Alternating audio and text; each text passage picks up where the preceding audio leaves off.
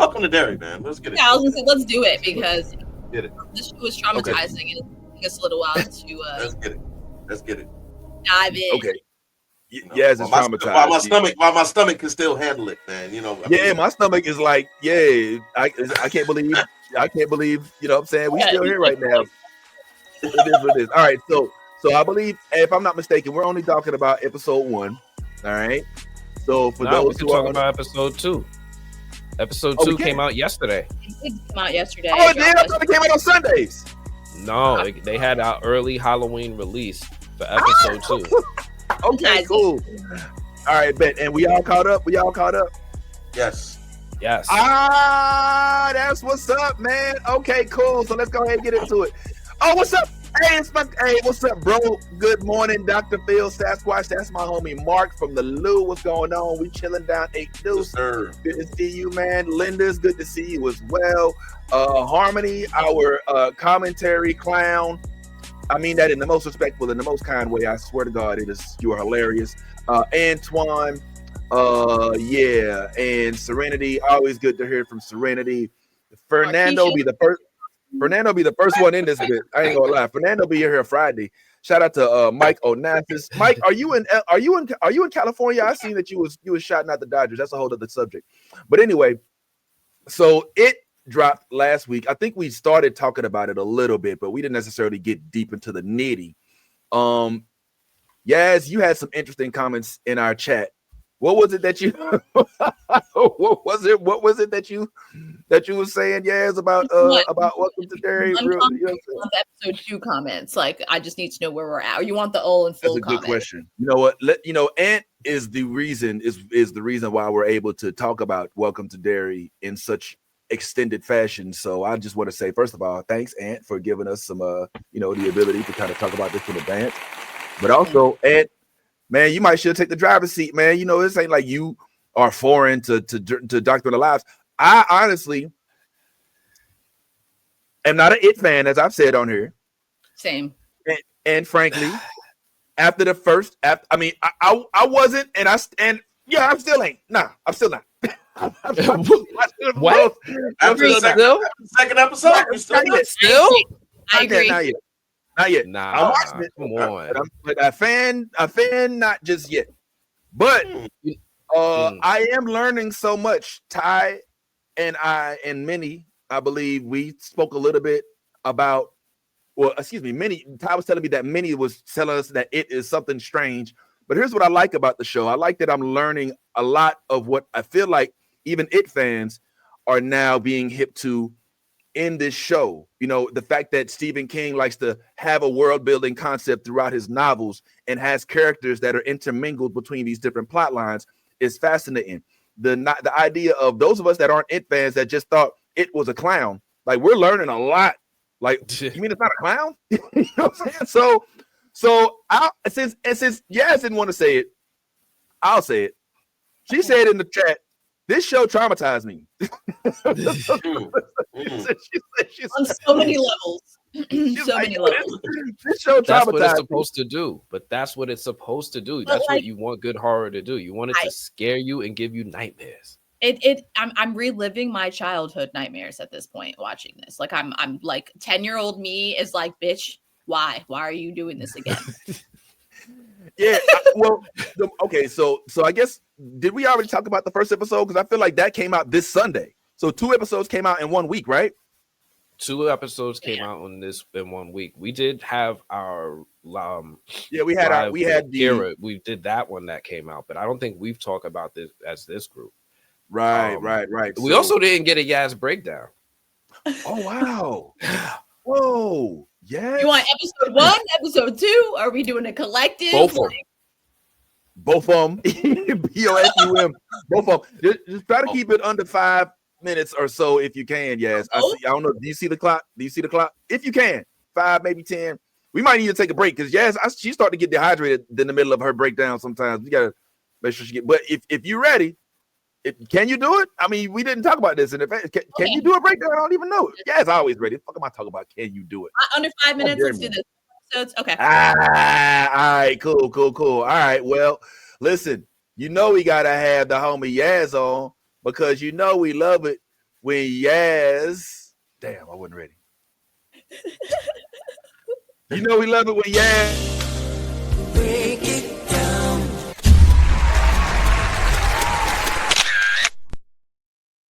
Come on. Woo! Okay. Welcome to Derry. If you're not traumatized, don't worry. This show will open up all of those inner childhood fears, those nightly, watching horror movies with your parents, and you're just like, I shouldn't have gone into this. Well, this show is everything that you thought it was. It is scary. It's bone shaking. It is all the things that you would expect from a show about a clown, but it's not about a clown. And that's what we find out. Oh my God. Why do we have to relive this? So we're in this cute little town. It's like 1962, we're in the fields. We're going to school, and there's the it girls, and they're called the Pancakes, which they're so cute and popular, and they do this little like handshake thing. They're the bitches. You already know Regina George is in that group. So we have them, and then we have the normal kids. We have the everyday kids that just want to be kids, but something's weird about one of the kids. And what was that little boy's name again? Oh, I don't know. I don't remember no names. First kid? Yeah. Maddie? It was Matt, right? Maddie. Okay, I was Maddie. So Maddie is just like, he's this misunderstood child. Okay, at home, things are not what they seem. And he's just trying to live life and, have friends. And his friends are assholes. And they do not actually like him. And they just like, they kind of use him when they can. And, it's typical high school, middle school bullshit. So anyway, Maddie ends up liking this one girl, and he's like, hey, you guys, I have this really cool secret spot. You want to come up and see my secret spot? And she's like, okay, yeah, sure. I'll come up and see your secret spot. She's one of the patty cakes. Well, there's a little twist with this patty cake, though. She has also been into a mental institution for some childhood trauma. This poor child. We find out that her poor daddy used to work at the pickle factory, the local pickle factory, except daddy didn't make it out of the pickle factory one day. He was being really, really sweet. And I don't even eat pickles, and I still will not eat pickles after this shit, because what the fuck? Daddy turned into a fucking pickle in the machine with the pickles, and let's just keep going. So anyway, while daddy's, rest in peace, poor little, what is her name? Uh-oh. Anyway, what's the little girl's name? Which one, Lily? Is that the little girl that's like has to go into the insane asylum with her daddy with the pickles? Yeah, Lily. Okay, Lily. Thank you, Aunt, with the save. Appreciate you. So little Lily, poor little Lily. Oh my God, she's traumatized, so she has to be, obviously institutionalized because she's completely fucked up, because the only reason why her daddy passed away with pickles is because she was like, Daddy, I left something in there. Can you go and get it? And Daddy went in there. Someone had a problem. Daddy's really helpful. And guess what? Daddy didn't make it out because he became the pickle. I wish I had a pickle. God damn. He became God damn, that would have been so beautiful. Anyway, so yes, Daddy became the pickle, and well, story goes on. So we're in town, and Maddie, Maddie's like, hey, come up here. Let's have a little intimate moment and shit. And they have a little intimate moment because we're both like the weird kids now, you know what I mean? Like they're both the outcasts. And Maddie's like, you know what? I'm gonna shoot my shot. He shoots his shot, and Lily's like, no, wait, we're friends. He's like, oh my God, I'm gonna go home. I'm so sorry. Super awkward, of course. And then he leaves. And guess what? That is the last time we saw little Maddie in town. Because while he was walking home, little abused Maddie, after, his daddy beats him and he's just trying to get home. These fucking crazy ass, listen, this is the shit right here, okay? Do not trust everybody that you meet. And these people right here are the motherfucking example. Oh, they're all a happy, beautiful family. Picks him up. Guess what? Maddie's murdered in the pipes. They fucking murdered Maddie. Where did Maddie go? a nice car ride, and then guess what? He starts singing, and Maddie's like, I need to get the fuck out. How do I get the fuck out of here? Like, these people are fucking crazy. And then they're like, ha ha ha ha ha ha ha. Maddie's gone now. Episode 2. Okay, still under. I think I did that in like 2.5, 3 minutes. So here we go. Episode 2. Ooh. I forgot with episode 1 though, the lampshades. Oh my god. Oh. The fucking lampshades. Okay, so if you have a lampshade that looks particularly like this one, I would throw it the fuck away. This is the only go in the fucking trash. Why? Yes. Why? Okay, well let's, because little Maddie's like sleeping in his bed and he's like chilling, and all of a sudden he gets this really weird like premonition before, you know, he like dies, and all of a sudden there's like this and like this screaming, and then guess what? The fucking lampshade is faces. It's like fucking faces, like fucking faces, bro, and they're all meshed together and they're dead people. And then Maddie's like, I'm gonna run. Well, guess what? He fucking runs, and the lampshade just rolls. What the fuck? That was terrifying. This child is like literally hiding and trying to run and scream, and like these things are screaming at him. And guess what? This shit's just like this. No,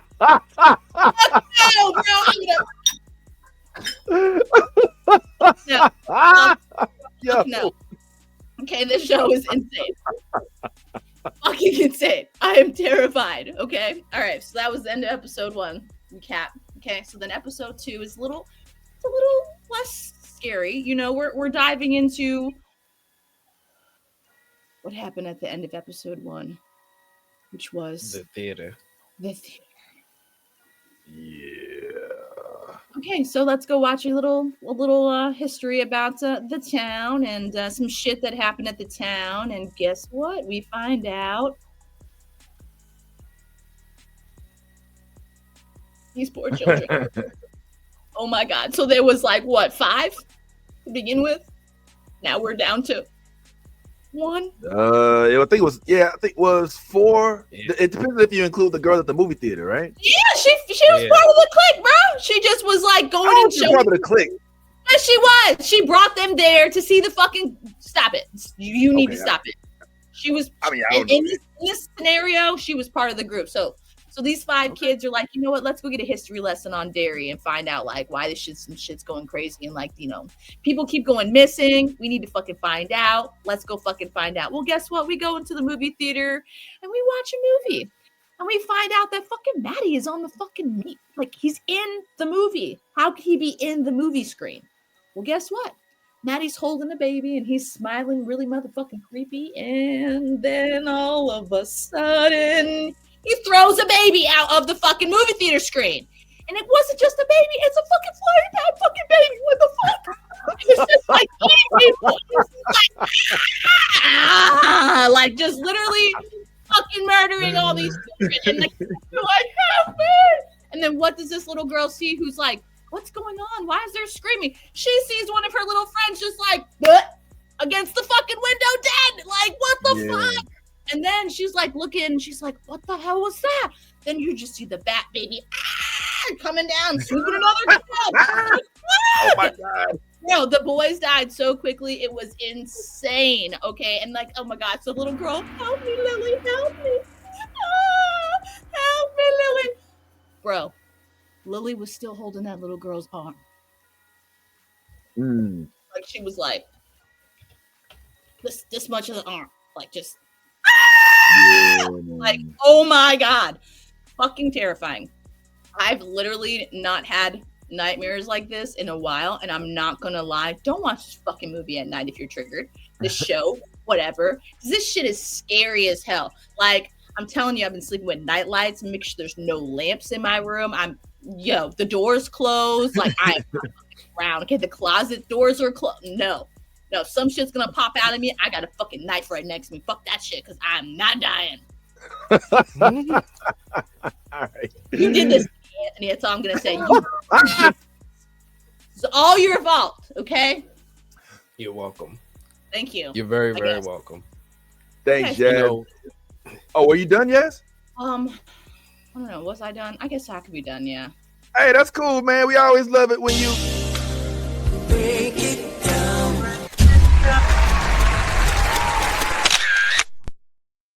All right, man. Yeah, it's one time for the breakdown as always, man. Especially appreciate you, man. I know it's hard for you to keep it under an hour. so I'm glad that you was able to pull up. But yeah, man, you hit on all of the key points, man. But there's a couple things that I think that I want to kind of just touch back on. Yeah. First of all, the thing that the only reason, well, I mean, I say the only reason, but one of the only reasons why I'm even able to stomach this show is because of the diversity in the casting. Okay, like I'm not just gonna sit there and watch this if there wasn't the people that was in it that are starring in it. All right, that's number one. Number two, they don't just put black people in there; they put strong backbone. I ain't fucking around. Miss me with the bullshit ass black people, which you gotta have. Otherwise, we look like the Winklings, and we end up being the first few people dying. I'll say this: spoiler alert. I'm gonna go ahead and tell you because it's good news. We are not the first ones to die in this shit. And that is a big deal. That is a big ass deal because, like, a lot of motherfuckers die in this shit. And I'm like, oh my God, they just giving us the recipe for not being around. And thankfully, we made it out. Now, here's another thing that I think is a little difficult for those who may not necessarily be into the culture and are introduced to it through, if you're introduced to it, indigestion. If you're introduced to it through this show, then like I am, then you may be like a little cautious about the way that this town is being introduced to you. All right. Looks like a 60s, 50s type of a vibe with black people moving into this area, which automatically the first thing I start thinking about is, oh Lord, here we go. Segregation. Oh shit. And there's that. It's there, but it's not the core. So it's not necessarily as much a racial trauma watch as you would expect. Although they don't shy away from the bullshit that goes on in those elements, it's kind of nice because the way that they tackle it, it's like the overwhelming majority of the people in this state, or at least in this project, are not the way that they would be if this was in the Bible Belt. Am I tripping? That's a powerful, like, I won't say powerful, but that's a very important point for somebody like me, because shows like They, or was it Them, or what was it?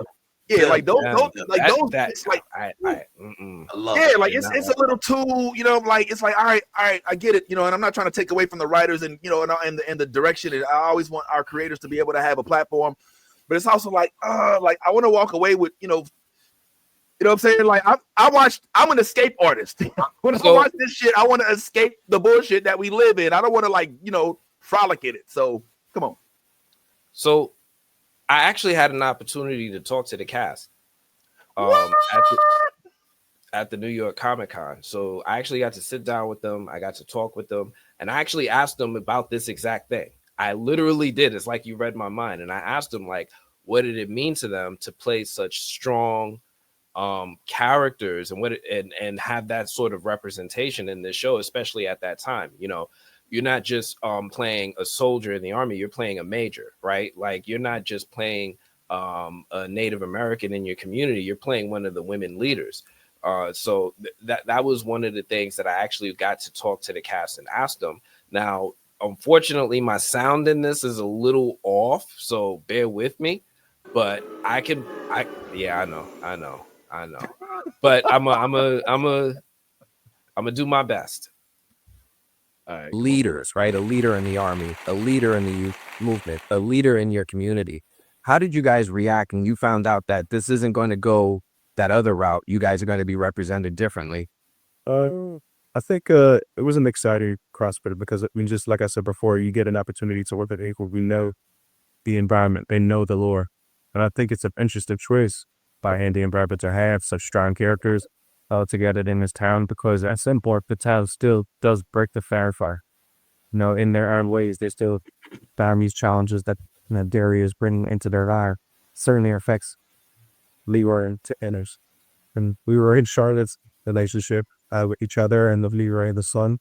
So of course, them being strong and then we still having to deal with the power of this town as it brings out this negative energy into their own lives. I think it just makes for interesting share terror. I was Pause. Yo, real quick. First of all, big up to you. Okay, hallelujah. And once again, doing the Lord's work in silent. Because he ain't tell not nobody about this shit. Not just playing. We kind of knew, but we just. But Ant, like, first of all, as always, great work. Could you talk about the moments before the interview took place? Because I saw the interview in totality, and there was some fun moments that happened right before everything popped off. So, would you mind just kind of getting into how we ended up in this at this point? So it's really, really loud. So there's a lot of things going on. So they're bringing in the cast of Welcome to Derry to do roundtable interviews with journalists, and they're literally sitting at a table, supposedly for 8 minutes at a time, and then going to another table of journalists. They're literally going from table to table to table. But before that, they're doing a photo shoot, and it's freezing cold in there, and it's super loud because I guess the AEW wrestlers were next door doing something crazy. So they come, they sit down, they chill, and I'm like, is this what y'all expected Comic-Con to be like? And they all just break out laughing. Like they're like, nobody thought it was going to be anything like that. So there were a lot of different things that were going on beforehand where we were just breaking the ice, talking about whatever, and then going into the interview. Now, the interview in and of itself, man, I had no idea. Like, I saw Taylor, but I think that day I saw Taylor. That is a beautiful, beautiful woman. And the way that she plays her character, where I don't want to give away too much because I know a little bit more, but her husband hints at it in this episode because he talks about how she used to stick her neck out and get them into a lot of trouble. Mm-hmm. We're going to learn a little bit more about her character, but the way that they're building her character slowly but surely, it's a beautiful thing. And I was just so excited to just have this opportunity to talk to them and ask them all, what does it mean to play strong leaders? Because each of them are leaders in their own right in this show.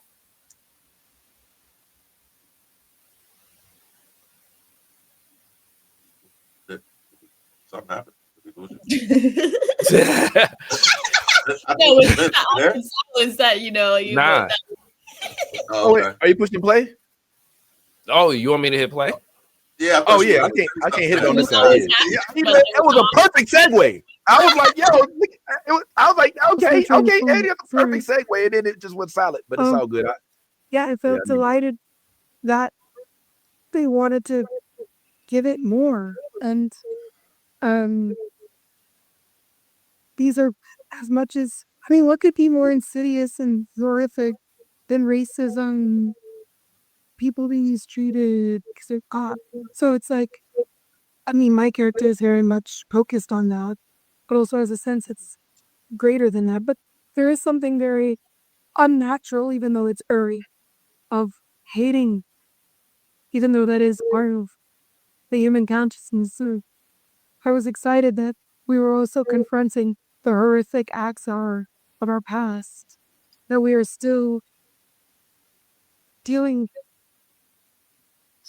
I thought what was really exciting was it feels like within the world of it that we've seen so far, coming behind these series and the movies, the adults tend not to listen to the show and tend not to believe.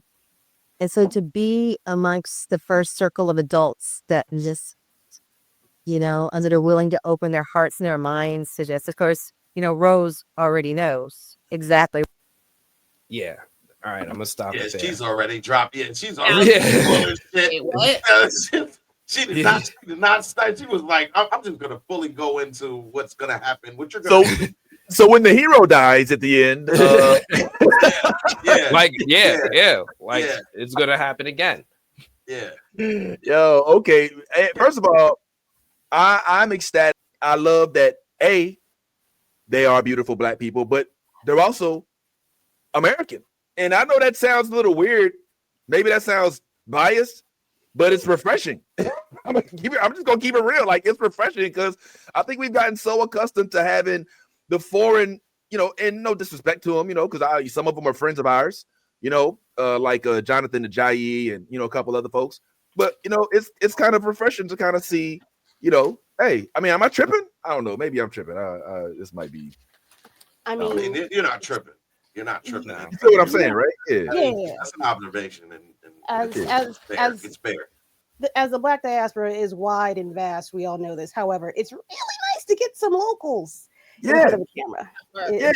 Yeah, that's all it is. And I rejoice anytime anybody Black hits the screen, but I'm not gonna lie, it started to get a little weird. I won't say weird, but I think it started to hit a tipping point when Harriet Tubman was played by Cynthia. What's her name? And it wasn't like I was like, all right, fuck her, she shouldn't play it. But then when she tried to like clap back at everybody, we was like, hold up, man. Like, you don't even know the struggle of being over. So it's just nice to anyway, sorry. But he also uncovered that the cast. Well, what did you learn from the cast? Like what did you walk away from? Are they answering your questions in a manner that everything? He learned everything. Yeah. So like I got to speak to them, and as far as them answering the question in a satisfying way, absolutely, because they talked about how important it was to, one, not shy away from the racism, right? So to prop them up as powerful people, but also not shy away from the racism is like the double, those are the standards we'd like to see, right? Mm-hmm. Like we don't want them to pretend like it's not there. It's 1962. Yeah, Maine is very far north, but guess what? Racism ain't end ever. No. Exactly. So their experiences there have to reflect that time. And I love that we even see it in the show right at the beginning. The Major walks into the base, and I think it's what's his name? Masters refuses to salute him when he walks in, and then he presses him about it, and he still gives him some lip back. Right. So like that racism, in the second episode, we see where Derry kind of hints at racism, but it kind of subverts it in different ways. Right. It's what you want to see as far as like these characters being strong leaders in this, to be able to want to confront their racism, but also succeed over their racism. Okay. And you know what was, I think, all right, so I guess we haven't really spoken at length as a group about all of this. So let me just point out a couple things that I think were interesting. For the first part, for those who did watch in the chat, appreciate y'all pulling up. Let's go ahead and get deep into it. Let me just clear up one or two things. When I was talking to Ty about this, I think he felt the same thing I did. We at first were originally a little bit confused. I don't know if confused is the word, but he thought, just like I thought, the movie theater owner and the military guy were the same guy. And I know all Black people don't look alike.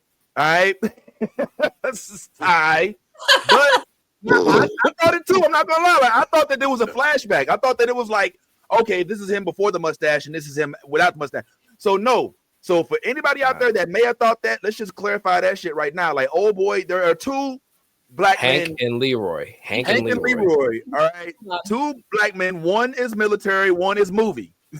All right. Hank is the movie theater projector. Leroy is the military guy. Yes. Leroy Hanlon.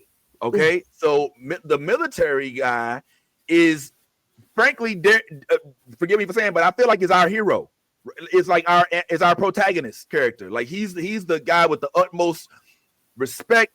He ain't about that bullshit. Some motherfuckers try to creep up in his room in the middle of the night. And it was like, you know what I'm saying? And he got a strong backbone. Even though I did hear a small hint of, I don't want to call it coonery, but passiveness when he was trying to tell his wife, like, yo, I ain't the one down there in Shreveport sitting at places where I ain't wanted, making signs. But like, it was basically saying she's like a freedom writer. You know what I'm saying? Like she's down there doing the sit-ins in this highly racial period, and he's like, nah, I ain't about all that. You know what I'm saying? All soldiers are not all fit for the same role. Everybody ain't Jackie Robinson. Everybody ain't Obama. Everybody ain't Malcolm Everybody ain't Malcolm X. Sorry. All right. So, it just, sometimes we have to keep that in mind. Like all forms of fighting are not equivalent, but they're all necessary. What's up, Ty? I was just gonna say, like, it's clear that he's going to be the hero protagonist of the story, based off of the fact that the commander of the base was testing him the whole time. Like everything was a test, and the test was to see if he was scared of anything.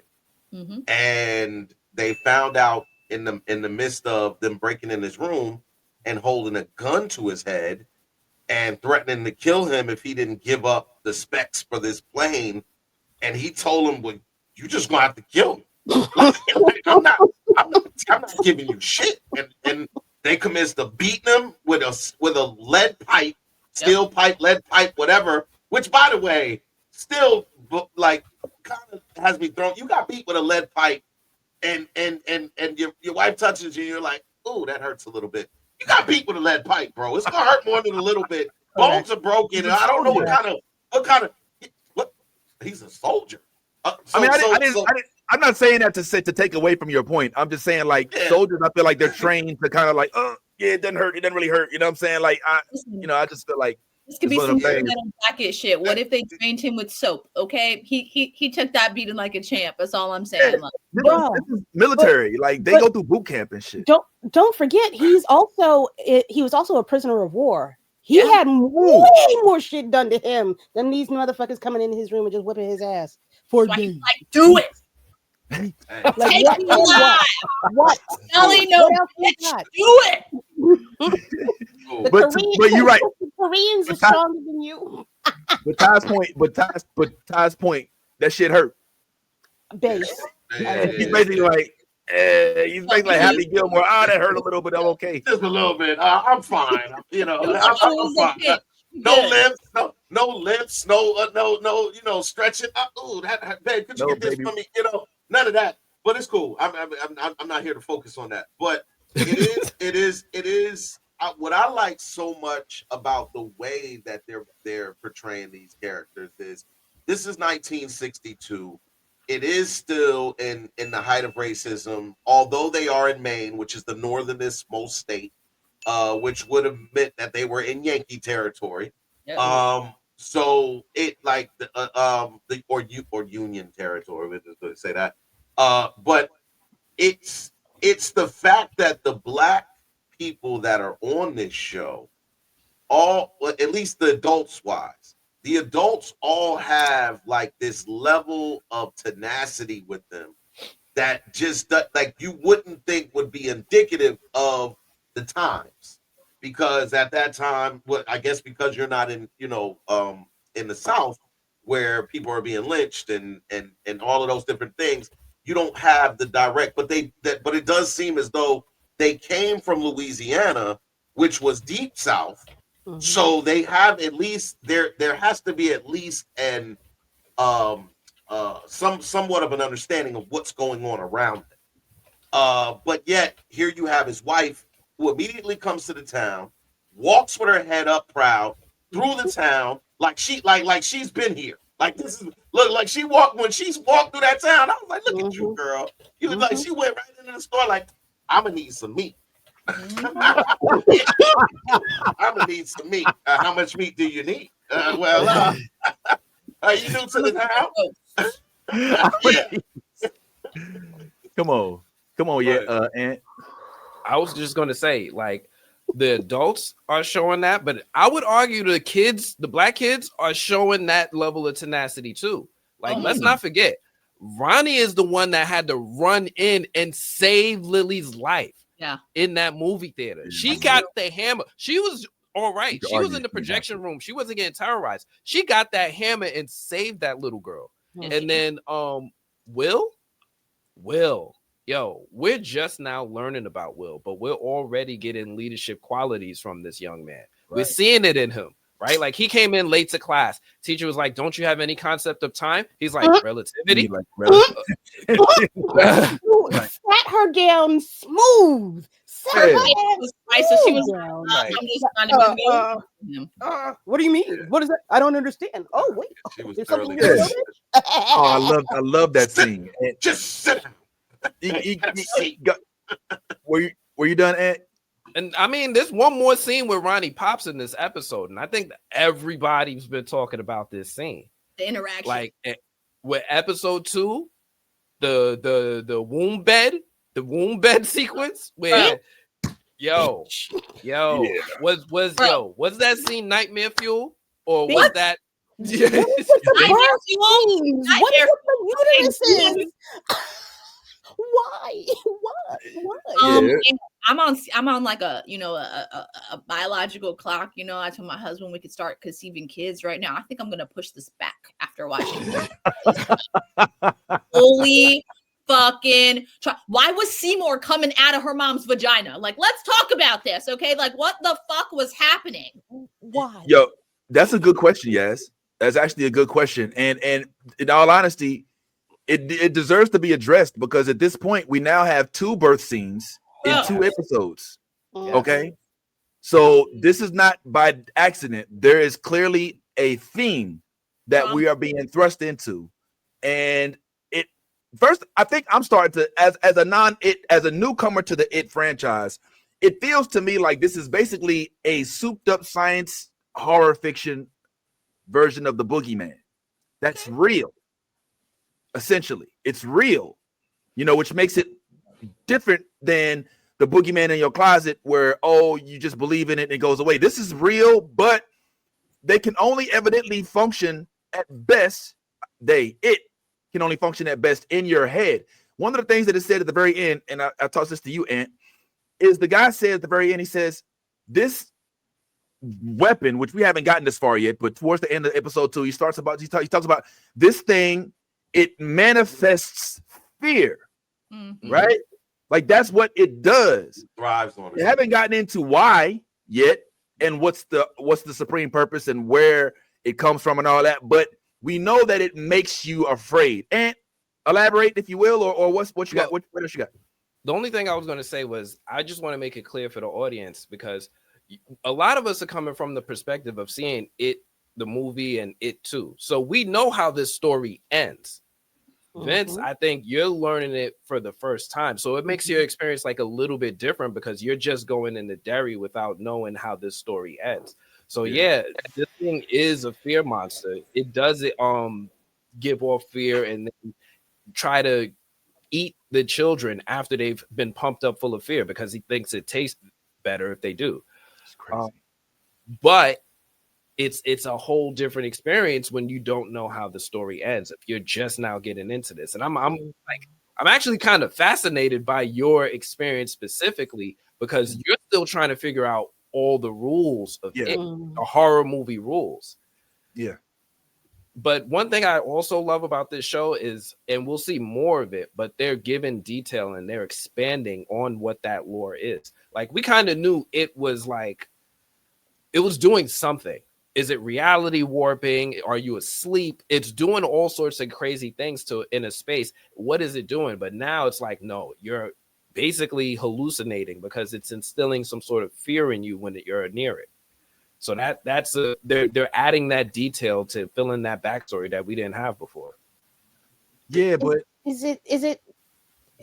I feel like this whole thing is also a birth process because there are points when you get further into the movie lore, where these things are actually happening in real time. Like there are I'll be very vague. There are like earthquakes. There are things that are being moved out of the way. There are people being put in particular positions in order to enact this type of fear. So I don't know if it's really just, I think it's the origin of the hallucinations, but it's even more an origin of it becoming more tangible in the real world, because she is for sure getting out of that fucking bed. The only reason why he doesn't get to her is because somebody that is completely ignorant of, well, I don't want to say fear, but ignorant of the situation busts into the room with bravery. Right. There are people that have confronted it with absolutely no fear, and they still get got as you go further down into the franchise. I think this whole series is about a birth of sorts for it as well. Oh, wow. That's a good point. I didn't think about that. Ty, and I think yes, you had something. I was gonna say that it does. You don't even have to be near it for it to um mess with you. So think about this, right? When the wife of the soldier, the black soldier, went into Charlotte. town. Her name is Charlotte. Charlotte, when Yeah. Charlotte went into town, and the boys were attacking the boy across the street. And she looked around and she was like, "Y'all aren't seeing this?" And she asked the guy, "Why won't you stop this?" He said, "Oh, boys will just be boys." You could there's an ominous like feeling that is lurking around this town. There's like there's it's so I think it's almost like they're under this guise Yep. of everything's okay, and it allows the it monster to flourish and attack the kids. Number one, why are kids out late at night in it town when they have parents that would know better than to have your kids out late at night in it town? It's the fact that these kids are able to move freely, like the young Maddie or the boy who got killed first. It was pitch black dark. It was pitch black dark when Maddie walked out of that movie theater and decided to walk on this dimly lit street, just walking, and then all of a sudden somebody pulls over and says, "Hey, you need a ride? Where are you going?" He's like, "Anywhere but Derry." And then you just hop in a car. None of this in real time in a real situation would make any sense. Yep. But because this guise or whatever this effect that this it monster is having on the town is allowing the movements and the things that are happening to the kids to actually happen. So I think that this it monster, the entity, is way more powerful, and its span goes way further than we even know. Which is why I think now that we know that the Stephen King world and universe is all connected, it makes sense, because in order for these things to happen elsewhere, it has to be something putting that in energy out there. You think about the new movie that Stephen King just did. What is it, The Long Walk Home or something like that? The Long Walk. Long Walk.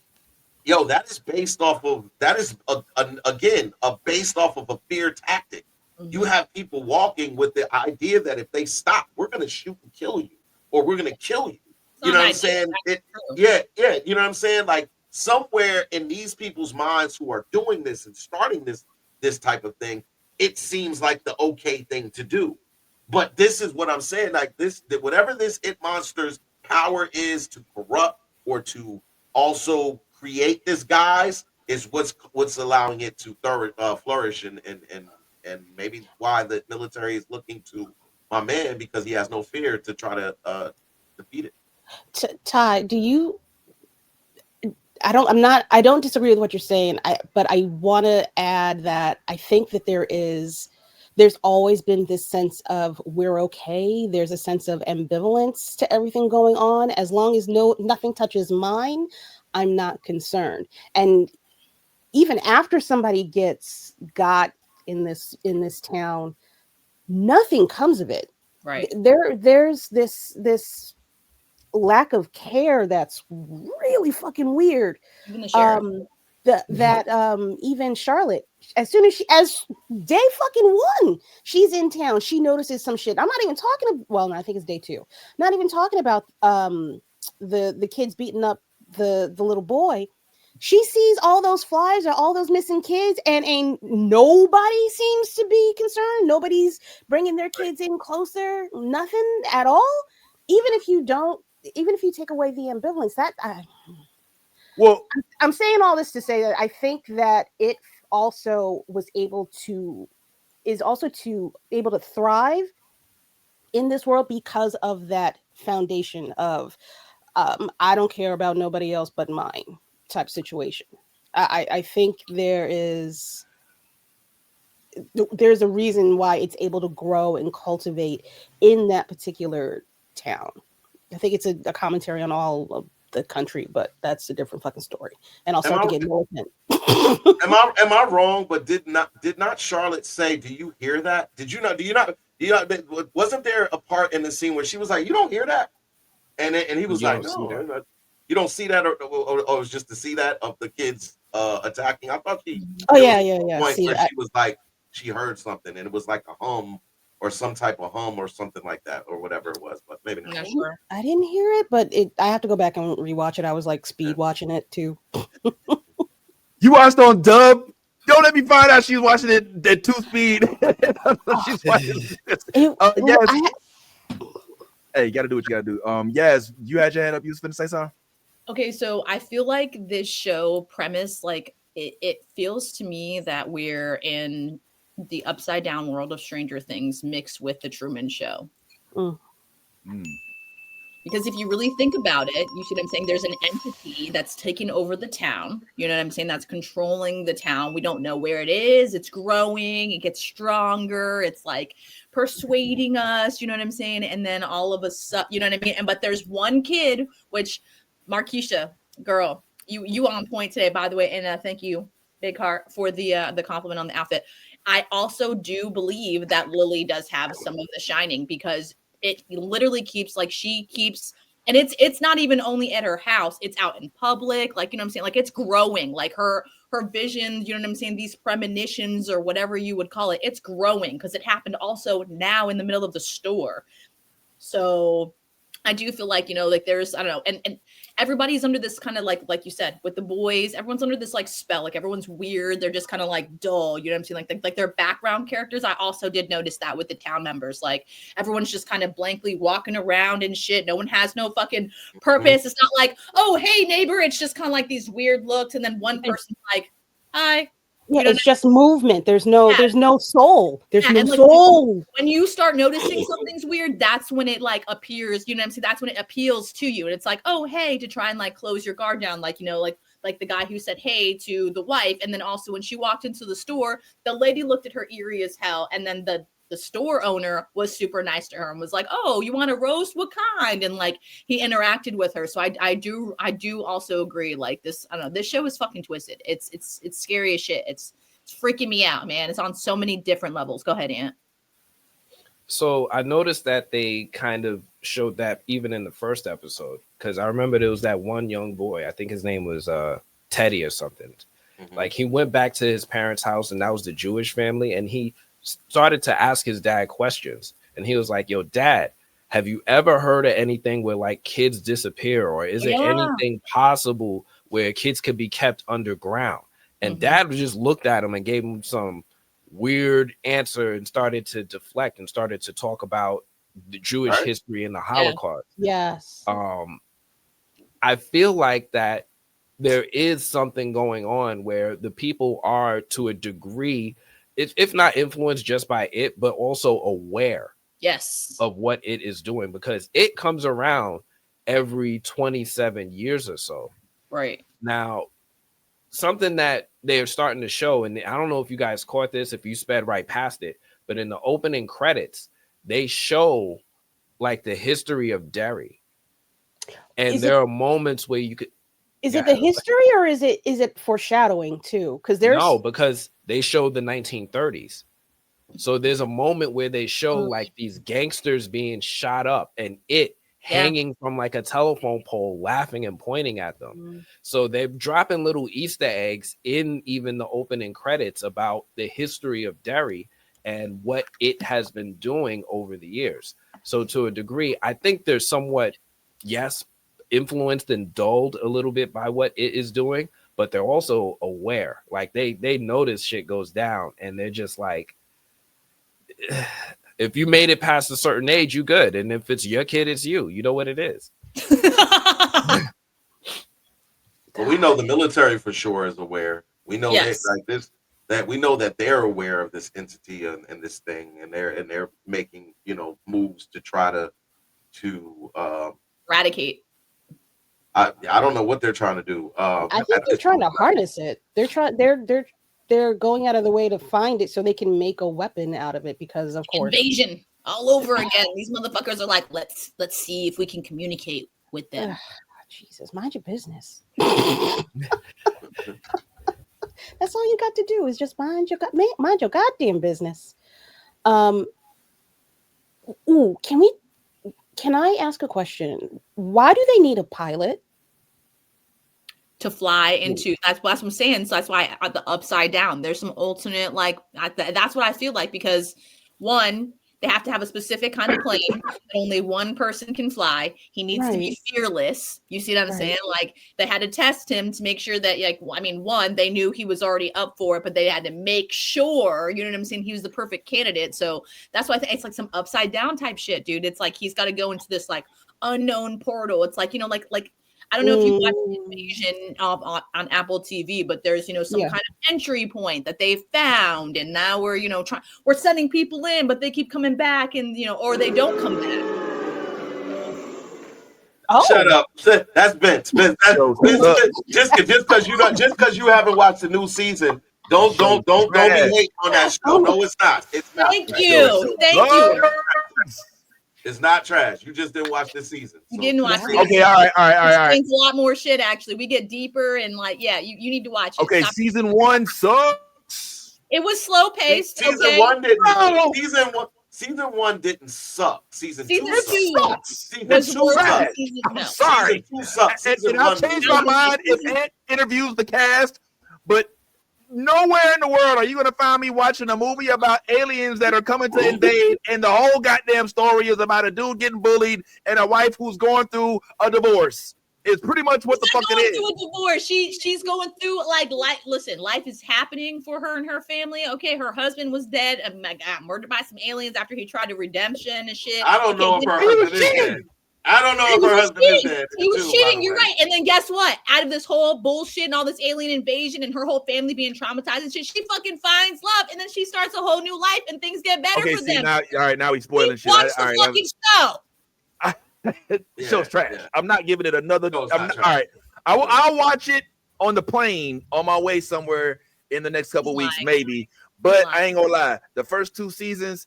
Anyway, so we talk about it right now. I'm sorry, I just had to go ahead and put like Stranger Things. This feels a lot like Stranger Things. That's clearly what they're going for. That's clearly what they're going for. It's giving you Stranger Things vibes in terms of the military, you know, having already having access and knowledge of this place, the in-between, and sending in, you know, soldiers to do recon missions that they never come back from.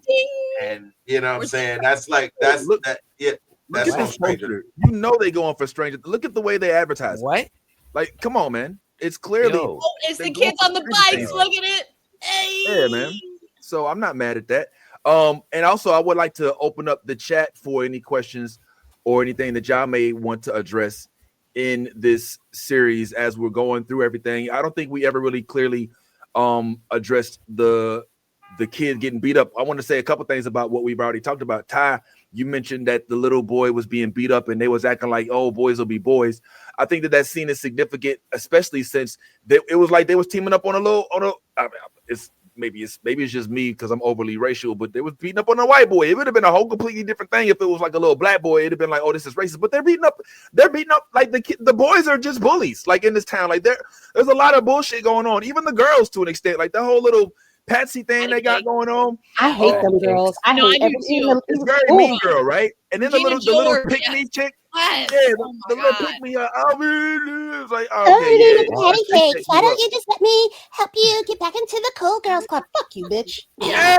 Thank God for her. What's her name? Lily. What? Lily was like, fuck. Bitch, my clique died, and you trying to get down with some goddamn Barbie dolls home. You get away me with that bullshit.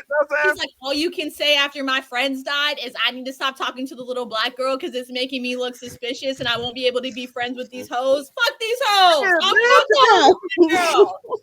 Yeah, collect all the hands to the face. You know, I was so I like that. But I will challenge. Wait, also there's a whole puberty thing that's coming into shape too. So maybe old girl is starting to exhibit some of the signs that some of the adults are showing already. That ambivalence. Well, this might be the case, but then I would definitely want to hear from somebody who's more familiar with this lore than I am as to what does that look like. Is there a point in time in which you start to crawl out of it and you could still see it, you know, from the youth to adult aspect, you know what I mean? Like where you're not young enough to get all the fear out of you, but you can look and see like, yo, hold the fuck up. Oh, and already seen the whole series. Watch the movies, bro. Okay, all right. Watch the movies, bro. Well, look, I'm just learning about this shit. All right, I'm sorry. Yeah, you know what I'm saying? Watch Man. the movies, bro. I need you to lock in. I need you to lock in. I need you to lock in, bro. Take it on my road, man. Kinda. All right, so nah. Okay, but I did want to challenge one thing. Yeah, sorry. Let me say this real quick because it's hard for me to keep this in my mind. You know, things I've done, my memory ain't what it used to be. But I want to challenge something that Kira said. Kira, you said that nobody has, what did you say? Like nobody really cares unless it's happening to them. Yeah. Or something like that, right? Yeah. Go ahead. I was gonna say the only thing that I think that we have evidence of something to, I guess, argue against that is the fact that there is remember the two, I don't know who they were, but the two gentlemen approached that police officer in the bar and was like, yo, you arrest anybody yet? Yeah. You know what I'm saying? He's like, no. No. He's like, well, this is how you gotta arrest that dude. You know what I'm saying? And I don't know if those were the parents of the children.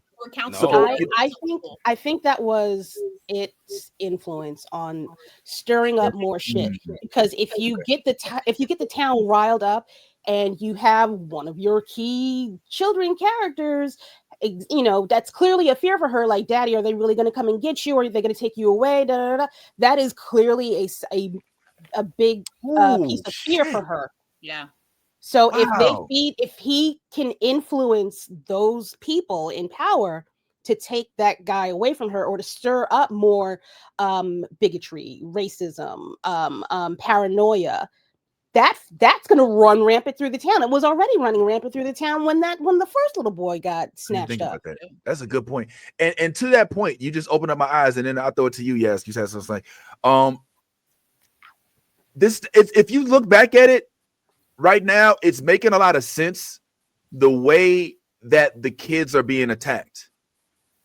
All right. The very first kid was alone, scared, trying to run away. Here comes the fear-mongering alien spider clown. Out of everybody in that town, without knowing anybody else's story, I would venture to say he was probably the most lonely and vulnerable person in that entire town. Yeah, fast forward. Parents abused him, so like, you know, there was nobody he had in his corner, and his friends weren't even his real friends. So right. I mean, like, he technically, you know what I mean, like, he was the easiest target. And to add to that point, loneliness. Lily, she's been outcasted by the Barbie dolls. Yep. She just lost all her friends, and she's scared as fuck to go back to Juniper. Yep. Insane clown posse. Fast forward, we get the young lady whose dad owns a movie theater. She tells Lily, why don't you just tell them what the fuck you saw? If not, they're gonna come and get my dad. She's like, oh, well, they're gonna send him back to Jupiter. So now she's scared as hell that they dead, and guess who shows up? The insane clown posse. So it's kind of like you see like how it works. You know what I'm saying? It goes from one depressed, depraved, really detached, fucked up situation for a kid to another. It's all the layers to the race shit too. Right. Having somebody influencing somebody to tell a lie on a black man in order to have the case get closed because you don't want to dig further into it is fucking insane. It's maddening. They coerced Lily into basically lying. That was the whole reason why the little girl's dad. Right. They coerced her. He was like, okay, let me ask you this differently. Specifically said that. Oh, that's so real. Yeah. But that's how shit go down though. All of a sudden, Lily was free and Daddy was getting put in jail. That's how it go down though. But that's exactly what happened to Emmett Till. Isn't it? Isn't that what happened to Emmett Till? They was like, yo, he's like, man, I didn't. He's like, nah, just you did it. You know what I'm saying? I feel like they took justice in their own hands. On her own, but that's my own personal opinion. Come on, Ant. When the cop said, "This isn't America. This is Derry. This is Derry." Ding, ding, ding, ding, fucking Yo. ding. That should give me chills. Oh my gosh. It really makes you ask the question: is Pennywise scarier, or is the town itself scarier? Because it's going to get you either way. Racism is overt, and then Pennywise is stalking your children. Yep. Oh my God, they're going to put him in Shawshank. Oh my God, they're going to put him. Okay, I need. Can somebody? All right. Is it too spoiled? Is it too spoily for somebody to put the pieces together as to how this relates to Shawshank? Has anybody already kind of put that out there? I'm sure I'm probably behind on this. It's not my cup of tea. I ain't gonna lie. And like okay, what's going on? All right, let's go ahead and check. Let's check. Chat. What's going on, chat? It did it first. Stranger Things was inspired by King. Okay, all right. We wasn't trying to take that away from. All right, Markeisha. All right, we got you. It's up. It's like at the top of the comments. You're gonna have to scroll up. I don't remember who said it. Welcome to Derry. I got claws. They won't let me scroll. Okay. Ouch. All right. You know, I got claws. I can see his face. The drip won't let me scroll. Women problems. Yes, with the, like, I feel like I'm Dracula right now. Hey, look, I ain't finna go back there. I can't read all that. Either I'm sorry for you or I love that for you. You know, but it's Harmony mentioned it. Yeah, I knew it was either Harmony or Markeisha. See, thanks, Linda, with the clutch. It was like way up there. It was at the beginning of the chat, but like, yeah. What's good, Smoke One Kenobi? Yeah. So that makes sense. This part right here, it makes sense. Even though it's interesting. Because the young black boy, right now, what's his name? Will. Yeah, maybe Will. Stranger the young Things black boy. or which one are we talking about now? Little black boy here. Oh shit! Right. My bad. I'm sorry. Am I missing? Is there more than one? No. She just means what show. She just meant what show. Yeah. Oh, I know that's right. Yeah. So the young black boy, if I'll keep it real with y'all, stole my heart. Will stole my heart, bro. Will is the reason why I will continue to watch this show, because I am on the if something happens to Will, we riot type of mood, because Will is us. Or I feel more like Will may be me, because I do have a science motherfucker segment for us later. Don't go nowhere, y'all. I want y'all to be here for it. It's a real quick science motherfucker. I got to get a graphic for it, by the way. I love that. Just one topic. But why? Because he is a black intellect in a town full of lily white folks that are unfamiliar with black people, to the point where even the black girl is confused by his interest in science. You understand what I'm saying? She's not confused. She's intrigued. Not at first. Because she was like, okay, well, what you reading? Okay, like their whole interaction. That shit was so. I loved it. I fucking loved it. She was like, there, that was fucking me. Yeah. I loved it. I love him getting so excited about the telescope. I love him bringing up the theory of relativity. Right. when the teacher's like, "Are you familiar with time?" She's like, "Well, yeah, time is a social construct that's based basically upon on the measurement of one activity to the next." Like, I love that. So now we're down on kids, y'all. Yeah. There's only a few targets. Not true. We're getting introduced to a few new ones. The pencil rolling over to the new kid in the class that after Will got the chair pulled out from underneath him. Yeah. He got that's a good point. I don't know if that's the same kid that was in love with the girl with the I can't stand that little bitch. He deserved better. The girl with the glasses. Who else? Oh yeah, one of the patty cakes you're talking about, the bitch with the glasses, right? I think no, it's her and then the leader. Something gonna go on between the two of them. I think she on the fence about some shit. Yeah, because the jacket, you wore the same jacket. Because she came out her neck. It was like you can't have it. Super hard. Yeah, you saw that? Yeah. Yes. And she was like all like self-conscious, like a jacket. Yes. Bitch. Like, It's like what the fuck? after she was going in on old boy doing the snort voice and shit, she's like, "Okay, bitch, let me clock you real quick. Let me have you have several seats. You got on the same fucking outfit that you had on yesterday, bitch. How you feel now? Now you got the attention you wanted. Okay, all right. You like your case twists too? What's going on?" Let's also not act like it is discriminating. Like there's an entire school full of kids. At any given time, any of those kids can get got. Like that's so the idea that there's we're dwindling or it's getting down to it. And at any given time, he can. There's a whole school. Try to go after the whole school at once. Wait. Or if go ahead, yeah. I was gonna say, can we talk about the school bus? What about the school bus? What's that? Did I miss it? At the very end, you guys didn't. They found. Oh, nice. No. That was the car. That was the car. Is it from the first episode? Yes, from the first episode. So that's the car that Will was in, right?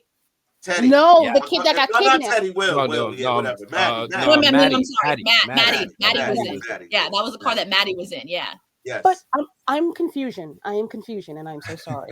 Why did they have? Why is there a switcheroo? Why was there money and guns stuffed inside of their outfits? Okay, good.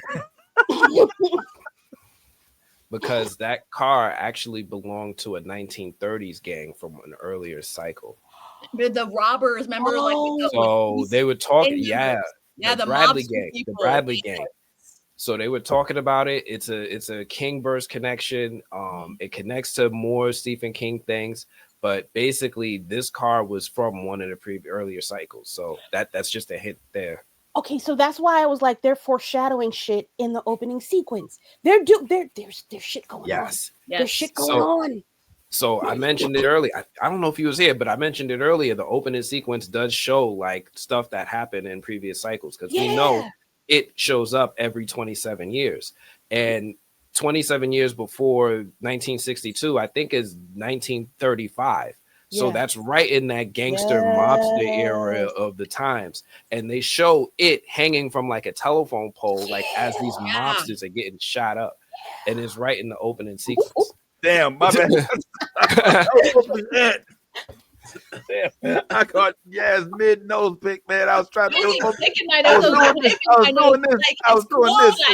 My nose is leaking. Damn. Yeah, I'm gonna show you the secret. I'm gonna take you behind the scenes. So what I do is I put up a picture like this, and while I'm doing that, I can still see the figures of the people, so I can slide it in the right space. You have to be in the one slot to get the full this view. So I did it wrong again. When I put this on, I can't see nobody, so I'm guessing. But I try to memorize. I'm like, okay, this person's here, so let me just slide them to that slot. So right now it should be N. If I did this right, BMC. But in that instance, I did it wrong. So it just goes into the whole, production of it. So my bad about that. They should let you label it. Yo, okay, you just fascinated the shit out of me because the whole 27-year thing is interesting. But let me just talk on Ty right quick. So Ty, he can pick on anybody. They can pick on anybody. But as I said before, I think the reason why these two in particular, because it's really two. Like the other two kids, I feel the ones that died in the movie theater, I think were collateral damage. Because the three that died in the movie theater, collateral damage, because they came as a result of the fear that old boy had manifest against him in the car. You know what I'm saying? Not being no. They stayed their ass at home. Wasn't nobody coming for them. That's not why. Nobody was coming for them. No, that's not why. They came because Lily was like, y'all are shitty fucking friends to Will. And they felt bad because or to Maddie, that's why. Because they were like, she was like, you guys were shitty fucking friends to him, and that's why he's dead. Basically, and they were crying. The fucking boys were saying. They were like, Yeah. we were shitty to him. You're right. We really were. Like, they were fucking, and then they're like, no, I got something in my eye. I'm not crying. Like, no, they were fucking crying. So no, both of them felt guilty for not being a good friend to Maddie. So that's why they decided to go, because they were like, okay, well, if you guys are on this whole trip to find Maddie, we need to fucking be the friends that he wanted us to be, and we need to go with you guys to go and fucking find him. And then guess what? Karma, bitch. Instant. Oh, God But- damn.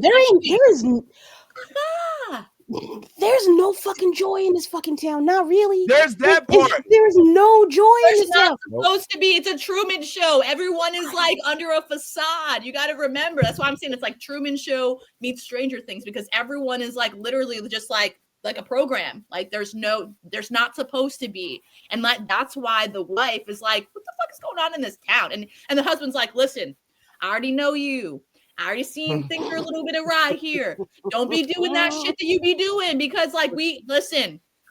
Okay? We're not moving to another town because you're gonna be doing your shit. Okay, like I respect you, I love you, I support you, but he was like, not this one, not today. That's an interesting dynamic too, if you think about it, because I bet you that's real. Like there's some husbands, wives that was like, my nigga, I got a job right now. Can you stop with the boycott bullshit? Like I'm doing just fine. You know what I'm saying? Like that's a dynamic that I don't think has been explored. So that's interesting. Here you have a dude who's got the respect, supposedly, of the United States military because he's a war hero. And so his wife is fighting against the same system that propped him up. You know, to an extent. Now she was down south in the Bible Belt, so that's a completely different. Like that's still the Confederacy, as far as I'm concerned, back in the Jim Crow era. But that's a dynamic that I think has not been explored as much. Like the folks that was like, "Look, man, I'm doing all right. Yeah, some racism and shit, but I got a job. I'll get a check every month. Like I live in a nice house. Like I'm not tripping. I'm very fine right now." And the passivity. But that's the complacency. That's the I'm fine. I don't give a fuck that Timmy got kidnapped. That ain't my fucking problem. That's the complacency. Me and mine. Baby. This town. Well, we all know the town fucked. If you ain't been paying attention, or you ain't, this story don't have a happy ending.